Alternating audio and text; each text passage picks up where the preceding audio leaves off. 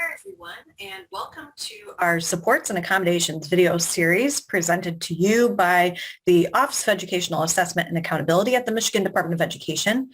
This webinar is going to cover supports for students who are English learners. My name is Jen Paul. I am the OEAA's English Learner and Accessibility Assessment Consultant. The topics we're going to cover today are a review of our supports and accommodations framework. We'll go over how to go about selecting appropriate supports for our students who are English learners. And we will be going over, of course, a review of most of our high-use supports and accommodations that students who are English learners would have access to for our state assessments. Big ideas for the framework. If you have not taken a look yet at the supports and accommodations guidance document, you may not yet be familiar with the framework that we utilize to present the information about the supports and accommodations for students. We have some big ideas, which are as follows. We want everyone to make sure that they're making team-based decisions. And this means team-based decisions even for your students who are English learners. You might be wondering, well, who is a part of our team that should be making those decisions? Any of your educators that are working with your students who are English learners should be a part of making those team-based decisions for which supports a student might need to have as a part of the state required assessments. You also need to make sure that you're making individual student decisions. Just because a student is an English learner does not mean that the student is the same as another English learner. One English learner could be a recent arrival that has a very basic knowledge of English proficiency, while another English learner could have been here for a number of years and they have a very intermediate to high English proficiency level. The types of supports that those students need are going to be very different from each other. So just make sure that you're making individual student decisions. And of course, make sure that you are providing supports that a student uses in their regular instruction. What we don't want to have happen is students are using things at the time of the assessment that they really have no knowledge about. They've never used before in the classroom, and it could potentially be much more harmful to the student and their achievement on the assessment if they're given something that they really don't know anything about. So here are our three major categories for the supports and accommodations framework itself. These are the terms that we use across our state assessments. We have what are called universal tools. These are things that are available to all students, and the use is primarily student-driven. So for example, a student may use an embedded highlighter within the online assessment system. They might have access to that throughout the whole assessment. That was not a decision that had to be made whether or not to give the student a highlighter. It's just there and is available. And if the student wants to use it, then they can use it. Designated supports is the second category of supports that you would see in our documentation. This term is for a level of type of tools that are available to all students who have a specific need. And the use is primarily educator-driven. So an example for our English learners might be a student might need access to a bilingual word-to-word dictionary for the time of the assessment. They might want to use it on the math assessment, and they would in fact be able to do that if it was the M-STEP assessment. The decision to use that is based on a student's need. So, and that need is based again primarily on what the educators are doing in the classroom for that student. And then our last category of tools would be those things that are actually called accommodations with a capital A. These are only going to be things and tools that are available to students with disabilities or those who have 504 plans with the need for that tool or support identified in their IEP or 504 plan. For example, a student who may need a Braille assessment, that Braille would be considered an accommodation. The need for Braille would be identified in their IEP or 504 plan potentially. So it's not the case that all students with disabilities have access to everything. No, again, this is something that is driven by what it is that the student needs. And that, again, is going to be defined clearly within those required documents, the IEP or 504 plan. One of the things that the OEAA does is monitor usage of supports and accommodations. We do take a look at whether or not school districts are over-accommodating students, meaning has a district decided to turn on text-to-speech passage, let's say, for all of their students, or perhaps they have assigned stacked Spanish to all of their students, which would be very unlikely. Possible, but very, very unlikely. It is also likely that in many of these cases, like I said, we monitor the usage of our supports and accommodations. It's possible that districts could be placed on our assessment monitoring list. All that means is that we would want to have some conversations with the district about how decisions are being made related to the selection of those supports and accommodations, and potentially put a plan of action into place for future assessment years to help really ensure that students are getting what they need at the time of the assessment.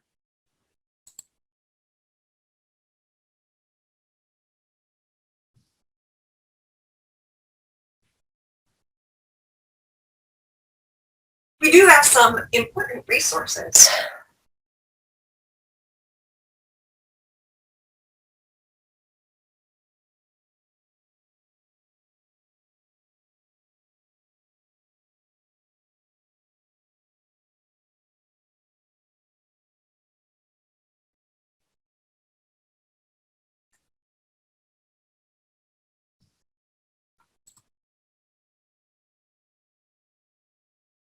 So how do you actually enable and get some of these supports and accommodations that students might need to have access to? For MSTEP, there's no application process, so you don't need to apply to use, let's say, stacked Spanish for a student who's an English learner. However, some designated supports and accommodations must actually be turned on in the Insight portal by a test coordinator. Similar processes in place for My Access. For PSAT and SAT, there actually is kind of a request process for the vast majority of accommodations and supports that students might be using. For ACT, there's no request process to utilize those supports and accommodations.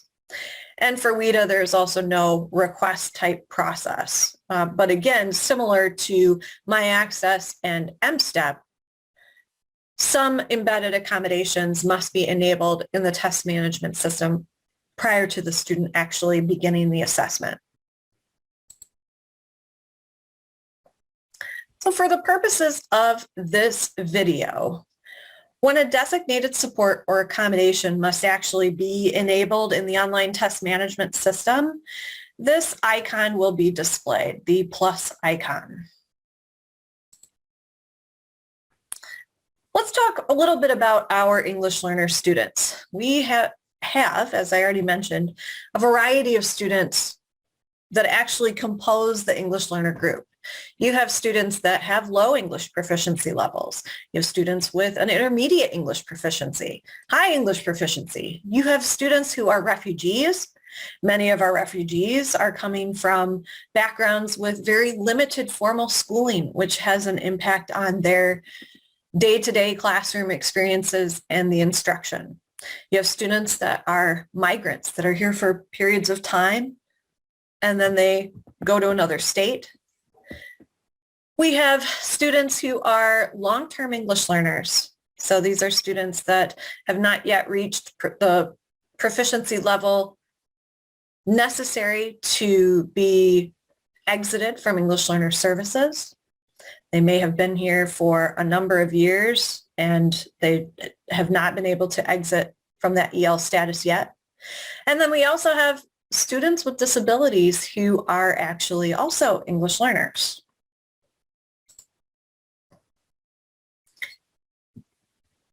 But when you want to make those decisions about what supports a student needs, this is really about knowing your students, which is why it goes back to making sure that you're including the educators that work with these students the most.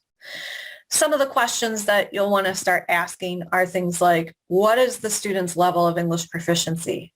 And also, what is their level of proficiency in their native language? These questions can certainly have an impact on the type of support that a student might need at the time of classroom instruction, as well as on the state assessments.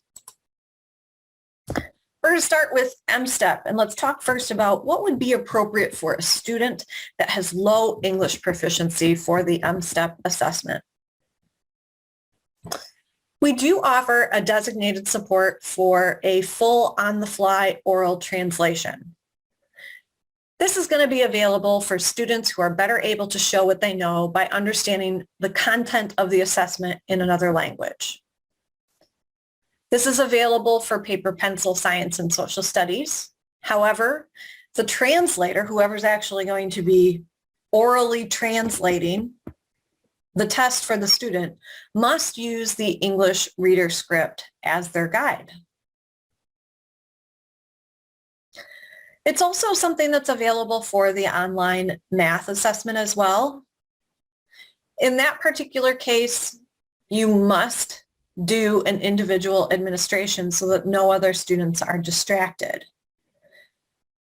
The translator in that case must use the read aloud guidelines found in the supports and accommodations guidance document. You can also do a on-the-fly oral translation for paper, pencil, math students as well. However, translating any material, any content for the English Language Arts assessment for M-STEP is not available. It's not an allowable support for students because the purpose of that assessment is to measure a student's knowledge of language arts in English, not the knowledge of language arts in Spanish or the knowledge of language arts in Arabic or whatever the languages the student might speak or have knowledge of.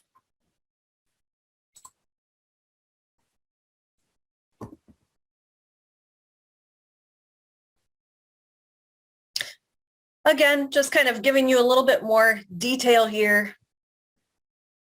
Those on-the-fly oral translations are available for paper, pencil, math, as I just mentioned. You can administer that in small groups with students with the same language needs. So for example, if you have a group of students that need Arabic, math, you can group them together and have one translator, as long as those students are in the same grade level, and have one translator translating each test question for the student as they go through the test. Everyone is then able to kind of follow along at the same pace. Again, the translator must use the read aloud guidelines found in the supports and accommodations guidance document. If you're translating into Spanish, educators must use the Spanish read aloud guidelines found in the supports and accommodations guidance document as well. And again, not something that's available for English language arts.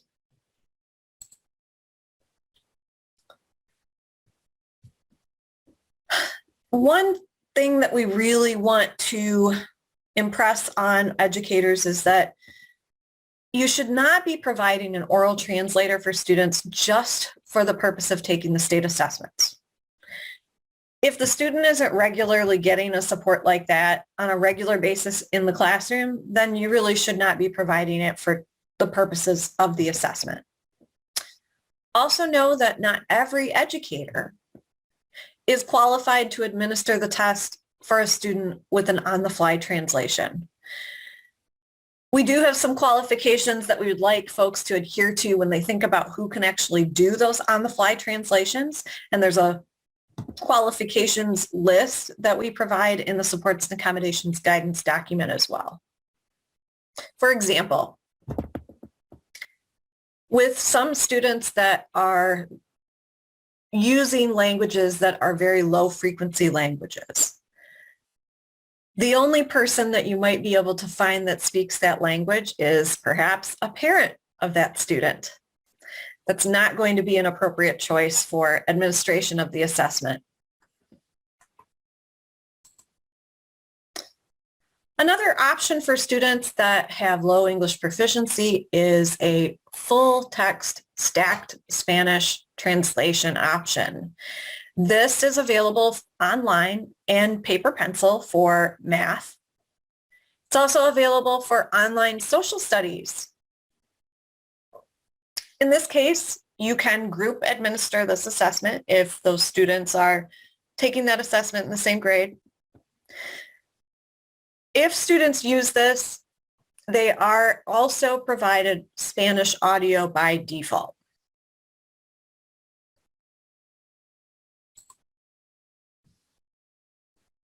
Students also might want to use or need to use Arabic and Spanish DVDs as an option. This is only available for science and social studies. You can administer this individually, of course, but you can also administer this in a small group for students. In this case, students are presented with the English test question on the screen as it appears in their test booklet. The student then hears the question and answer options, and that's what's read aloud to them in Arabic or Spanish. So it is different from the stacked Spanish option available for math and social studies right now, in that this does not provide a written translation for students to view. It's all audio. So here are some options that are good for intermediate to nearly proficient English learners. Students can use a paper-based bilingual word-to-word dictionary option. This is really going to be something that's most helpful for students who are intermediate to nearly proficient students because of the time-consuming nature of their use.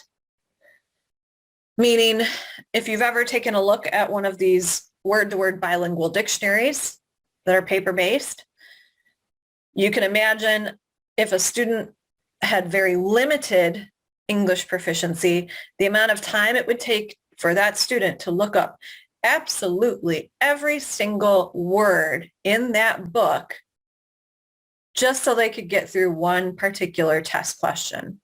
If a student has a very intermediate to nearly proficient, and sometimes at times proficient even students might benefit from this, then they only need to reference that word-to-word bilingual dictionary a handful of times during the course of the assessment, and it's much more manageable for them.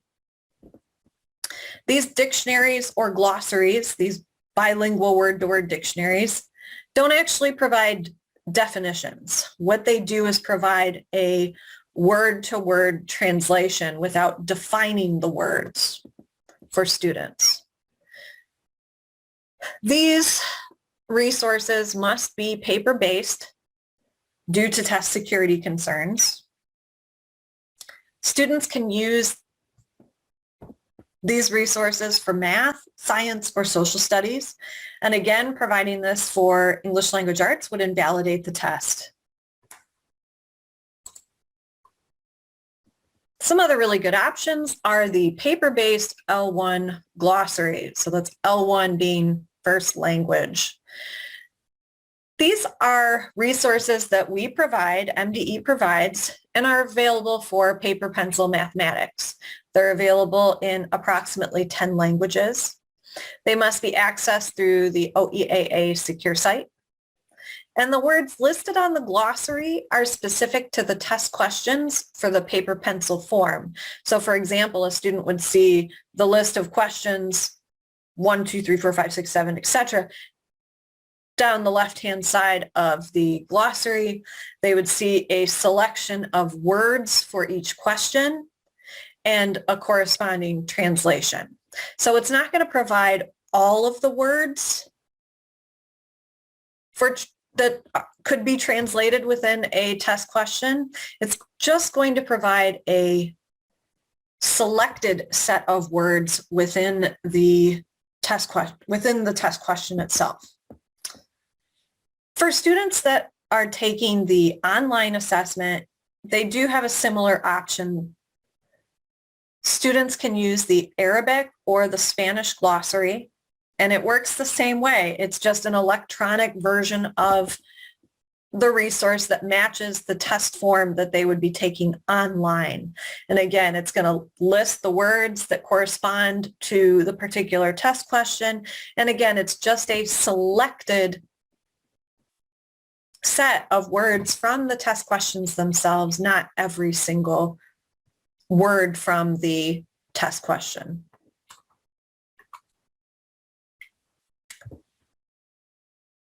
So for some of your students, text-to-speech may be an option that students could benefit from.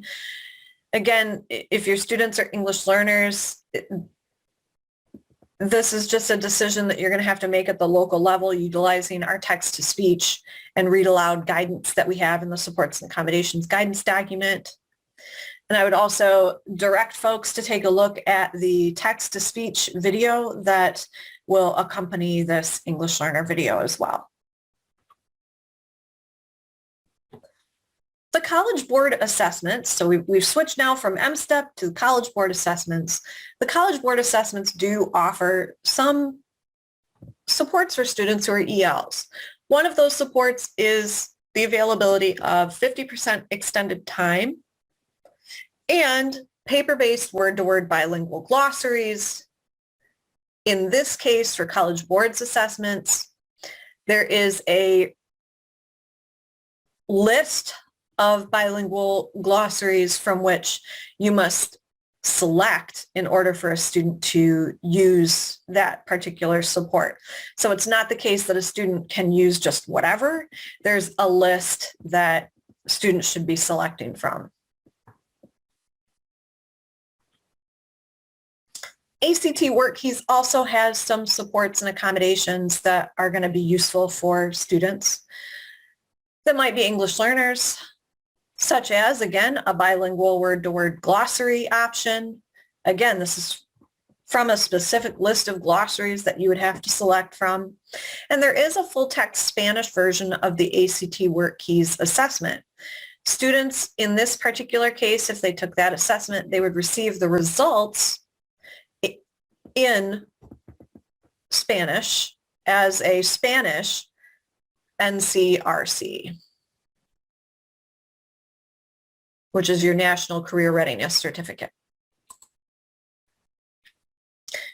There are some students, of course, as I mentioned, that are both students with disabilities as well as being English learners. And for some of those students, they're going to be taking one of the MyAccess assessments. In those cases, students can use paper-based word-to-word dictionaries. You can have on-the-fly oral translations when appropriate and available for the content area. And of course, if you have students who have very specific needs that are not listed in the supports and accommodations guidance document, you should be sending that email to mde-oeaa@michigan.gov for clarification. Let's talk about the WIDA assessment, which is an assessment specifically designed for all students that are English learners. That's the only type of student that should be taking the WIDA assessments. WIDA has universal tools available and accommodations available. There's no middle category of designated supports.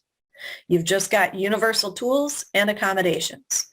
And your accommodations are, again, only going to be things that are available for students who have an IEP and 504 plan and whose IEP 504 plan indicates the need for that accommodation.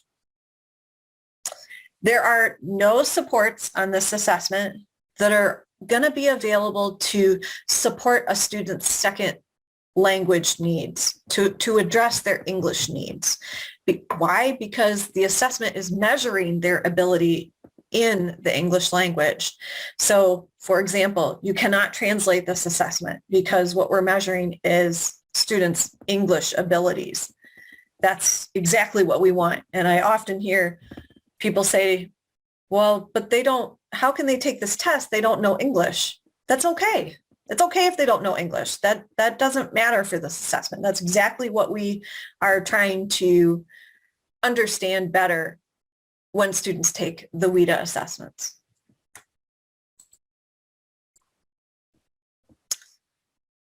There is an opportunity for educators to receive what is called a first-year EL exemption for some of their English learner students. This is an exemption from some of the required state assessments. However, there's some caveats around this.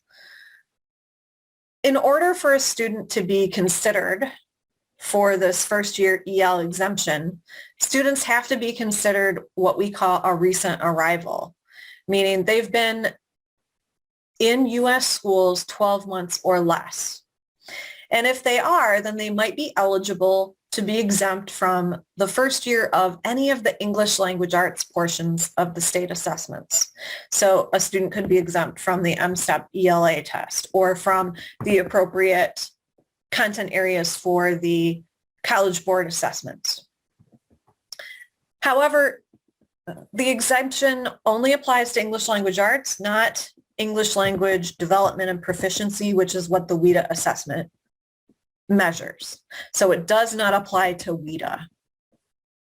You can find additional guidance about this particular exemption in the supports and accommodations guidance document.